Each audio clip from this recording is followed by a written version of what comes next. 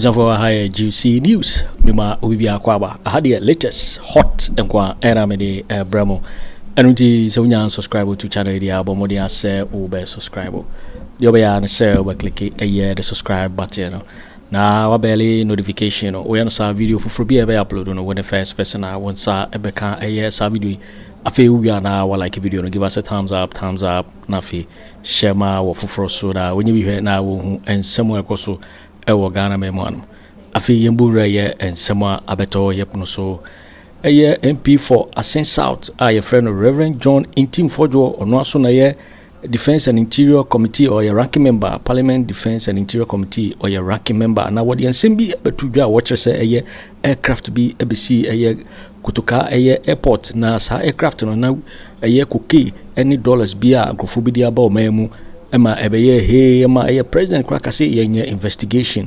Now when you turn safre papa yi say ene bra na be bo na yenye investigation a che say aye ensem bebre umpese obeko. Na obi obeka na sem bia che say Reverend Ntim Fordjour say ye chino na security agency no wan yenye intentem na wan enchi eye papa yi. Now when I list to word na poku were a regular panelist on the political talk show. What they as some to ja to be a my software I watch say John Dramani Mahama and the bread na ye papa yetimi echiro na obechichiri mu na what any evidence ebetuja BBC a wo so your mind mapa na se wo BBC a for evidence ne bra na ehwe mu nukura ewo na list to word and some do na ara atuja yenkuti ye ne nsema ode tuja fa ye Reverend John Ntim Fordjour ne nsema wo kokan ye no menti list to ne nsema wode tuja enti no isi ho na we see what's 5 days we set on cross 10 days we him try to say 5 days or can they say 13 days or can but on me na just 5 days we be see ho na cocaine ni money laundry ntino see nsembere aba ama aye bibia ewo ho mama sha so ho list wo Reverend Ntim Fordjour na on say empanifo se tika kire we ho ebokuro na yadwume ya ye ade a me say matene mu ache papa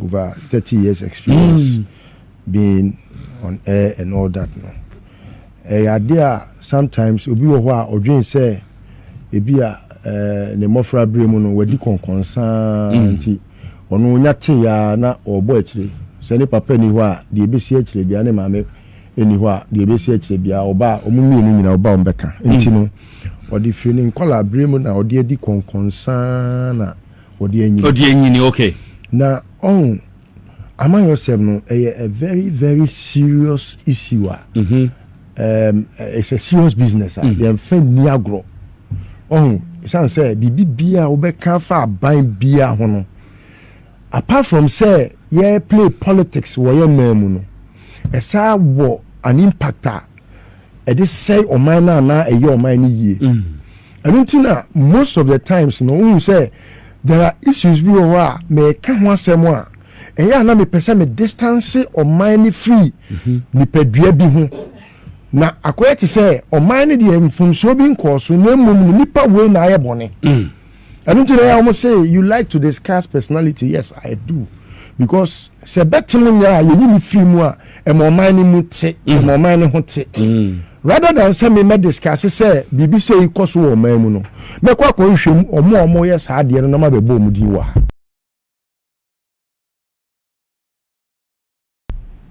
because those will be individuals. Now look at the narration here. Say ambulance bi aba na ambulance no kura osun cocaine na ono sika sugum na oye say adwuma we eche say abaya ewo ho eneyi no emu nipa bi ye cocaine business sano ye oka akosi no empeni fo aton sa afre no ko ne ko yi hu ano ewa himfie me penifo nipa we na bo mamane se ade we na ekoso o kan ye no me so me ye o man ba penti na me twen o manfo adwene ye den esi so ebia asema wo kan no nukure ewum kwa you see he who alleges must prove. Now failure to do that no what's happening to bontin say to abo Almost said the entire name per se obi wo ha me friend sofo ana bibi no. Me no me very biblical. Okay. I believe in the word of God and I don't believe in men of God. I don't believe in that. Everyone, every human being, when someone money pada. Enti we a man of God. Me a man of God. Correct. Isa a man of God. And I don't believe say obi ye sanctimonious. And intino I say asofo bi e wo baabi a omo de omo no Nyankopon aseda asra omo ngo enu ntino yen kan omasem we oso ye sofo sofo odi akohwi otwa ntro asori be no woko so assemblies assemblies of God a Victory Bible Church. Okay, Victory Bible Church. Yes, so for Victory Bible Church. A Lucer's Bible Church. It cannot be a Victory Bible Church. It's a Lucer. It's so for Victory Bible Church. No, if some me be quite sorry. I was sorry more. But two for so when this cannot be any reverend. But a master no what it is. No, but sorry no. And we send me power software. All the throw about Germany. And then I saw in a catch saying, say a church of Pentecost. And I almost suffer. And they are cochee. Oh, Belgium say ya. And can you still be free and come back querino? Meaning pa.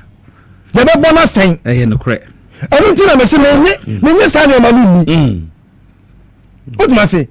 The reason why I senior pastor. Senior dinner, cano. That at the end, person because so okay, 1 Timothy chapter 3, 1 down was our own. Otchere who qualifies for that office? He does not qualify. A man that is so controversial like him. No, the branch I know. Oh yes. Where is Legon? Oh yes. Yes. And see, or the sorry I know. What was it? Yes. Wait. I sorry wait. Higher Heights Sanctuary. I know Yankopon sorry. In free name. I am Bonsama sorry. Because we didn't go for the power. So for sorry, there my Yankopon sorry. And my name do throw say oh my Ghana. Wait. Do you know the implications of what he said? So say Ghana could be under a certain red flag. The red flag again. So what's the meanwhile, before say about way cry be chance no obe kickstart na aban no enyoma aban we ati womo we family no enya adeketwa MPP wa ba mu tisi achi kokeda Akufo Addo ne law firm ko bisa cases ana mu die me ma just one example we mu amankwa koke bia wo ga na ha bia Akufo Addo ana na odie koke eto ba ye koke fo nya omo ho papa koke fo o ma nya omo ho ana omo hu sa ba we na wa ba no woni koke fo di besia ni esa se esay mofra no esay enkwala ese mabunu no mo se ye fre di red anu na ama menia muntaka se ye fre ma se baby o se aposifo and calm down that slam I say na ni abra o se ho baby dey mintimi check why na ko enim ni nuanu no ko asin jo kesa mintimi check why yeah mate o muntaka ye na adwuma onko so ye na adwuma enya dia abawo so isa say esay sa adia na omo ma ne ekoso o manu no enu nti na otiwa na obi akasa na o kan kwasiasem o kanya nsasem koke omo ko shi koke na nu wi no di kwase wi na omo betra bonti na omo ke kan kwasiasem enti no their skin at some point wasn't very sensitive it what no oye ne nioma ono no oye adia ono ebe prison no enti meme de esra bai say sa jaimanin ka enye hwe wo ye sofo owo kochina ena na asori ma asori babia wo so mani hu nyansa say sa nipa we ni na chi nko Christ anim and correct sa wo pe Christo ene na asori eyia e wo say utimi make sure say sa de we sofo enye enti sofo no obete no na wo de mra adi no metiai mama no mpa na hwese ni so obekofia enso say ni sine wa ba mu opa mama no mpa ada na nya ni sine wa ba mu na wuntietire mobabu mi yachi omo me pa twa na ndi sine wa Mahama oja ma e ma madi omo ana se o ma kwan ma mbra inu ko pim se na sama ni tumi se obetimi asama omo pade no e na ti omo me boa ani pokwa na nya system na judgment ni kwasia keka so for Akufo no mbetena ho am keka ya na it was an attempt to really guard speech so le gbedegbe na akoka wa se me boa and almost buy no mo be rebate ye who dey citizen who are right to speak but obi dey okokasa dey also were scandalous to the court now who court no say yen Ghana for anyone ka wo ho anu kwa ya chi omo until when me kwa say mo ma ne koda ne paso me and Friday e ka mo china abobe anadwo be se 2 no ahomachi 2 no ma che no until ade be chi no nsia no na odem Sunday no na sorry for baby san na so for we so so for ko kan kwase asem ya che no na sorry mani de tu omo fu se so for ke kan kwase asem ai bo man egu o man da na nimu ase na say kana nkwati kana wo first narcotics onkwati cocaine chi cocaine wa fa ma news mu o de ba news Akufo Addo mo time which is here chi cocaine man ti da Akufo Addo mo time crampo barrier crampo no ma yiri na fi ekwan mu say police barrier kra yin free kwan mu na obi an koso nya ni cocaine business me boa sanity we o ti bi kofa police helicopter no me da kofa we afri konya police helicopter no emu na so we Kofi Asante Bediatuo ni bampare what in one samba me better studio hakan wasem wo sofo na wo su kwa ko kan nyame asem na wo ya fra Fordjour asem wan wo say kra me na medi Ntim Fordjour edi papa say na wo di akoto di pa boni we Fordjour di kama di Fordjour kama na wo di edi Fordjour we di boni enti media me say sa jamaninka jo Mahama suban bi ne nya hwe wo mu nya maninka wo adwon sabi Yohani suboni Yankopon de ba asase so se betene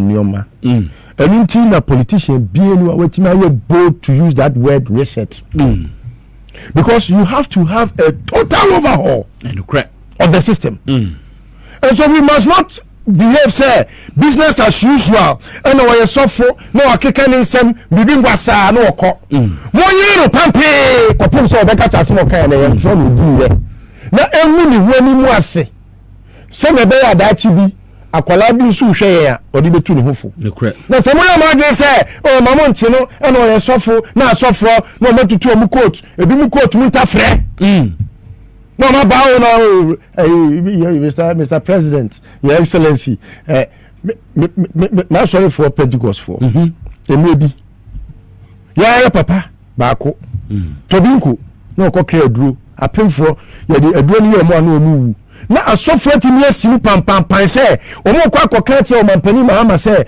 enya hwe o ma ne nton we oto we wi a o nton biem we na sawu asore ba ade ya we elder ade ya we say ene sebi preduasa to Mahama boa pharmaceutical companies yes he benefited it will be say John Mahama won pio mu yi a enko wa kredua enye no enko ma wonton eso so boa mu eti me mesro mo say sa title na ye de tututu nkofo so obi ye ohene bo se woni ni ntumo mu ntafre obi wo kra no afra ba sheet no didi nkwa asem wetimi nka sa ni o ma mu ni yai esai o man no we party A obi ye party B the country wo man ho kane say o man ya ye timi ya efre ni Ghana yi ye ni mo nyam ene ma wo fa Ghana passport a wo de tu kwan a uko ba bia ni aso soro so o man ya ni mo nyam a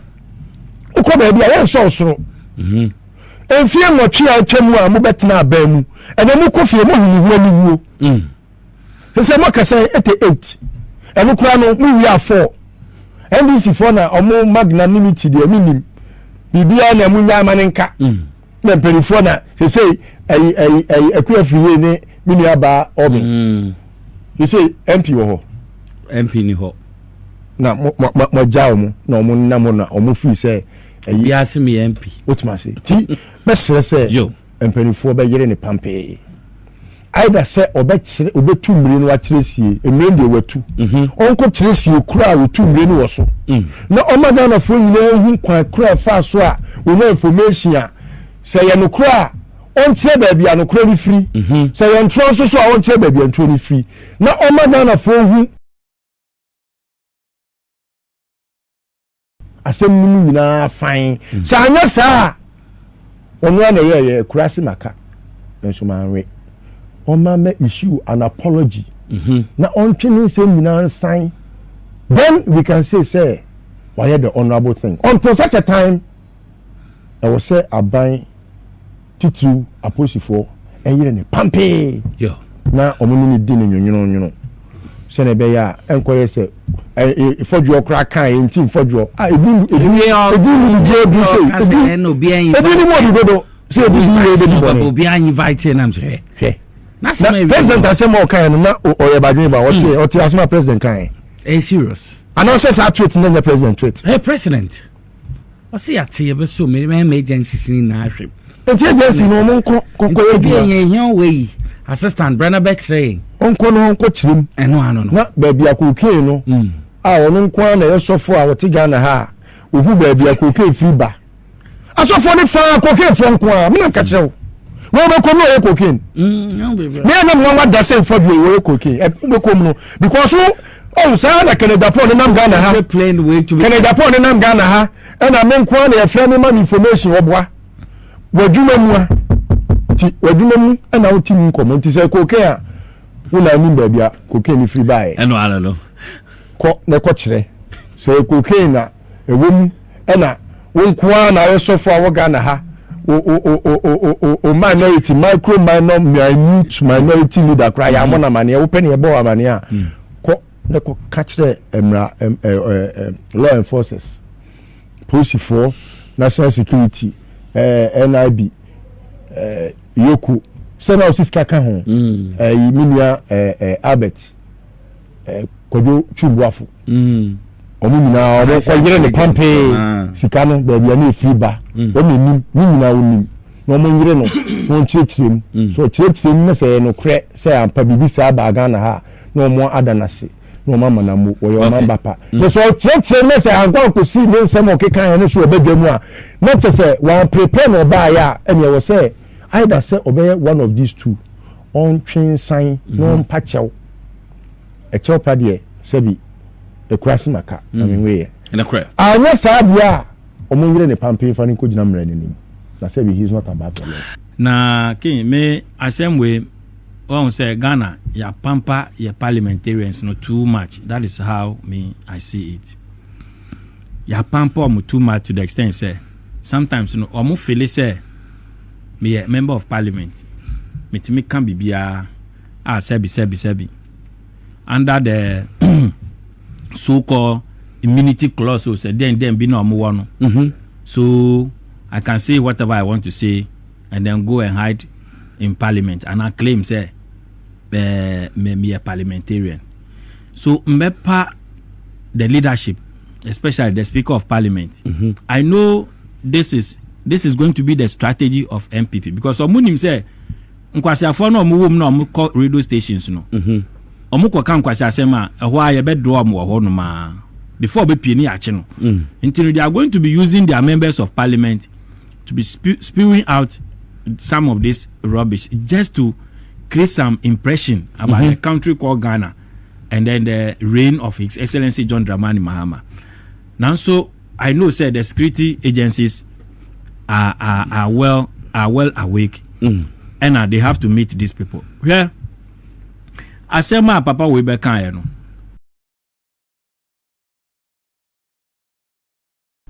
Me mo wan po say otimi be kan assassin because we be kan anya 24 hours. you have a sitting president. Onye clearing agent too. The Mama made him say no matter where you are coming from, your political background, whoever you are, so far as you are a Ghanaian and you've raised an issue concerning Ghana, ebe go man hu fino. Say oma yen hwehwem. Then being the president, SSO. This thing Akufo Addo never tried it. Ema yeto onya the clearing agent and or the call the gwasini Akufo Addo the clearing agent and the kofie because anka and Akufo Addo anka bari sample on card there emfa ho nso bibisi wa broche dia obeto iti but His Excellency John Dramani Mahama say we are resetting Ghana, so when we are resetting it doesn't matter who is involved. A child na a child intino say sebi a whole member of parliament waiting me making this wild allegation and do 24 hours. John Mahama say fine. What's masum as president? Na my all the security agencies no task say they should liaise with you. Which president can do this? Your president just left less than 4 months ago. Your president was in power. He never tried this until for 8 years. And the 3 years. Allegations by upon allegations, scandals by upon scandals. Onuno obeba obetro love letter mani pan say o minim say at the end of the day song the wahu not sebi one who can ya and if 24 hours papa na ka say oh asema waka no me pese o man no ye nyina ye nye o man nim na nye yie intino masom intino oni nkrofo we ending kita ho na ye ntimi nchi nkrofo na ntimi hu the whereabout of the matter we keke so sebi me every Ghanaian kura oti ho you have that right say who say boni be koswa you go and inform the police but ukrampo there you are a member of parliament. You have access to the IGP. You have access to all the security agencies on my bosses. So when we say you couldn't call them intelligently to inform them. No, cogently and covertly. But what you did was to come and organize a press conference, blew the issue out in the public there, and now presidency masum intino. My yen hwehwemu anan oni nkrofo we enya ba ko na mo hwehwemu eno so a wo se me nko nti won ko na wa ba be gina bedwom aya press conference aya hu dede no what is the motive? Clearly me catch Ghanaians say the motive is simple. Omo will say the way John Mahama starting no ene niam or ye ne the way okọ obia ebo ni se mema no so omo ja papa na no nya 1 year just 1 year by December there'll be nothing like MP. In fact, nye simple rally. MP to me now, nye rally or nipa 200 because they know say the way your mama is going, there is no way. Papa, no, he is working. He is putting Ghana back on its track. Ghana is becoming the Ghana that we wanted, and the respect Ghana is now earning. It is all everywhere. The MPP are tried. They are doing everything possible. And be honest, vice president who Kumasi and Nyamashi and and all they are just doing everything possible to discredit the reign of John Dramani Mahama. And you know what can say president say unim krofo wonkusha na umamu all the information because from what you were saying yes unim koke dudu okra muduko see flight num unim money sika dudu dollars dudu amode buy o so dollars dudu amode ko you have a lot of information because una o kan so so papa say sebi uni omko kan Aremeyaw Kabani Sankwa who the bekokra no wajudin because you are an opposition party and this thing is about the incumbent party. So if you know you have evidence like you are claiming no can you expect say anka gidi or anka oni omoko shia no wa mo musem ni nyina honorable Okudzoto Ablakwa never got this opportunity under Akufo Addo. Upon all his expose bare facts it was staring at everybody. Ni friend ni kwa who on say yes, no na papa no can. Akufo Addo never gave him such an opportunity to even meet. In fact, just police station kura police ni kura onko kan tell say simple. Akufo Addo never give Honorable Okujato Ablakwa that chance, but he was able to expose people near Onwankasa di court sponsored by he himself winning cases for the state. But you are even lucky you have a president like John Mahama who has even given you free access to the security agencies. Go and give them your evidence and let's get to the bottom of this matter. And Tisa send a missing brother. John Mahama, this nice man thing, it will not help. Yes, you have to be firm, nice, but not. Obviously, John Mahama is firm. Or you're firm, but the nice no honor no. He's extremely nice. Oh yeah, gentle, extremely. And when you are dealing with a political party like MPP, when Atamos came, he left them in office for more than almost 6 months. MMDC. Yes. He didn't chase them like they did in 2016. But what did they do? They chase everybody out and did a lot of things. What your mama cry? Who cry? In opposition. You know all. So these people, they are not people you can treat. Because say yes, Ghana for they have to be happy, they have to live freely. Obia wo case as I say mrano endi ni pepepe enye say bia nipa ni NDC nintini onfa no ho na NDC MPP ni there no ho chire no. There should be fairness, but be firm when you are dealing with MPP. Menya ne say because onyawa obeyaw obeyawa ma ukra you not believe it. So His Excellency John Dramani Mahama, we accept and we know who you are, we know how you do your things. But MPP, the war more kono, they want to spoil your government. Obia beka asema enim. Up to now, how many days now? Or say, who President Kwa wa reply no? One man why say you want to help him to uncover whatever he has. Up to now, Papa no so uncle. And then the security agencies are still there watching him. Mr. Yonu IGP, you have to arrest this man. Should be arrested by this time. Now, Sebi, on information. Ntim Fordjour by this time, so much no. Me reverend there, me fan count. He is not a reverend. As I said by this time, this man obetras. So sometimes I even ask myself, what? But and then who asare or a reverend. So I beg the security agencies. Muya say now you give other people the chance to do more. Adewa why someone China people because say throwing propaganda. No, propaganda there it flies because radio stations. To me radio stations, they know the people are gullible, so they can throw anything. And then they will also accept it. Into propaganda in they look for a big propaganda and hang it on the neck of either the political party and the individual leading the party. No more the power. And that is what they have started. So His Excellency, we are appealing to you. Ntim Fordjour shouldn't be sleeping on his bed by this time.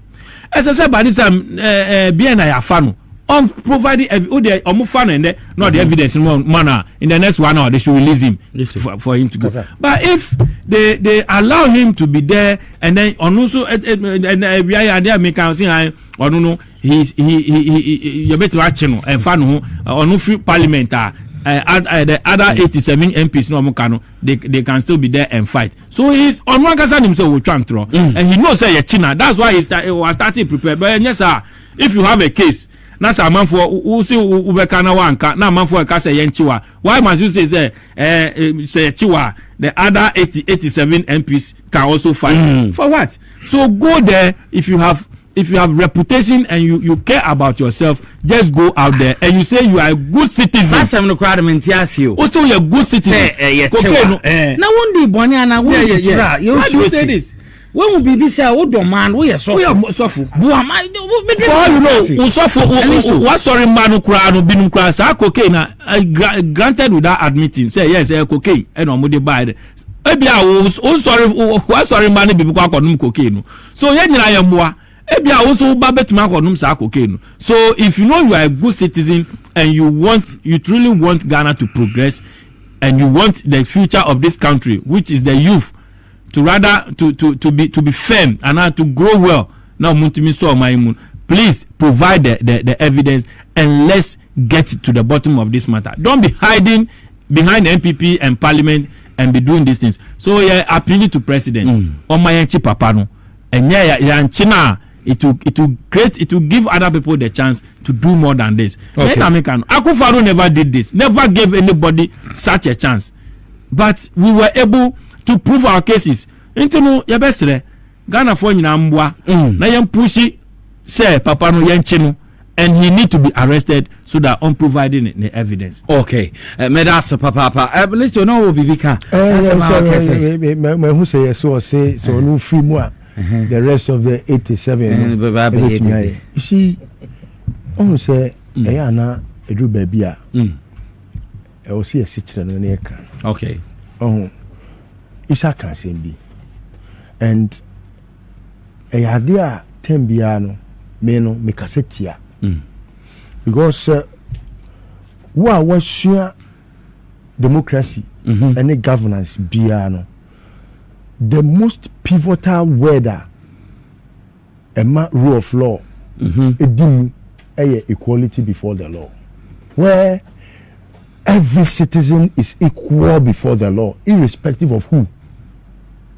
And you know, and we are judge, and we are chief justice, and we are mampeni, and we are sa dia no na se bedwafo a wo Ghana e de crosses bi ama wo mo no aye superior to the laws. They are not equal before the law. Makasetia on several occasions. But you see, in this case, no, whether or not Oye mrase bedwani ana say oye immune to arrest and all those you know, I think say law enforcement agencies now omampeni to nsafre omo no de asem no eye under the auspices no must write to the speaker, okay, for him to be released. Na one otchere. So far, no. Me who say he's trying to play the dilly-dally game. Okay. Man penny crown support to me case. Say, yen shishim. But man penny, abribia because yen shishim no. He knows the end from the beginning. What do I say? It's not as if he's nyanko pon Unim bibia you can all knowing Debbie, but because of his experience, no, and the way why mampeni pen was higher politics at no, when you muntro and when you nokre, but who say only a tuane chantro na omampeni no bia otesemia baba betina ka say Ntim Fordjour we trofo Isan say or a quintessential gentleman. And only such gentility, no, you can't take it away from him. But again, those that think that John Mahama is too gentle and he behaves gently, you know, on your straight, you know, and you're not correct. He will smile with you knowing that you are going to jail. He did same to Abuga Pele, smiling with him knowing that Abuga. So I think, say, okay, the law must take its course. Security agencies must work. The proactiveness of the security agencies, no. This is one of the test cases. Abba, say, omu jano tra allegation me baba ya to obisono. Untimi metene. Yo. Meka because someone Ntim Fordjour amana me yini ho ano e wo badwam a allegations amenya gu nkofo so ukroma no Muntimi mecheme. Muntimi mecheme. Okay. Eti ano na mbi si so say one John Mahama ontimi na ni post nkwachi obi. Why appointments? Your national security coordinator oho. Your BNI4, NIB4. Your Yoko oho. Your financial intelligence unit. Minia Albert Nedano. Okay. Albert so badwuma. Enti kwenye chumbuafo. Osisika yesua do so pro. Adi be we ma we mu no. Mese o mo hwehwem. Jo. Mo nyire me pampe. Na ba bia sebi otumire no onko kire si kura otumire no. Yo wait for winning and somewhere yeah listo were at the Atujawa Brubro and Sembe so a year Reverend John Ntim Fordjour and some of Bekano and a listo a reactor watcher say by a say a person for a papa way na you in some monocre. Now listo were then some do an hour and Atuja because so we can subscribe to channel idea but more than say over subscribe. Now I like a video don't give us a thumbs up now fee share my or for so now when you be here now and somewhere also I will Ghana memoir. Also with me otchere wadwen afaye some way nyina ho I will comment box ni mu wete binkabium in my next video. Thanks for watching. Like and share the video. You can also drop your comment. Please don't forget to subscribe. Click on the bell to turn on the notification.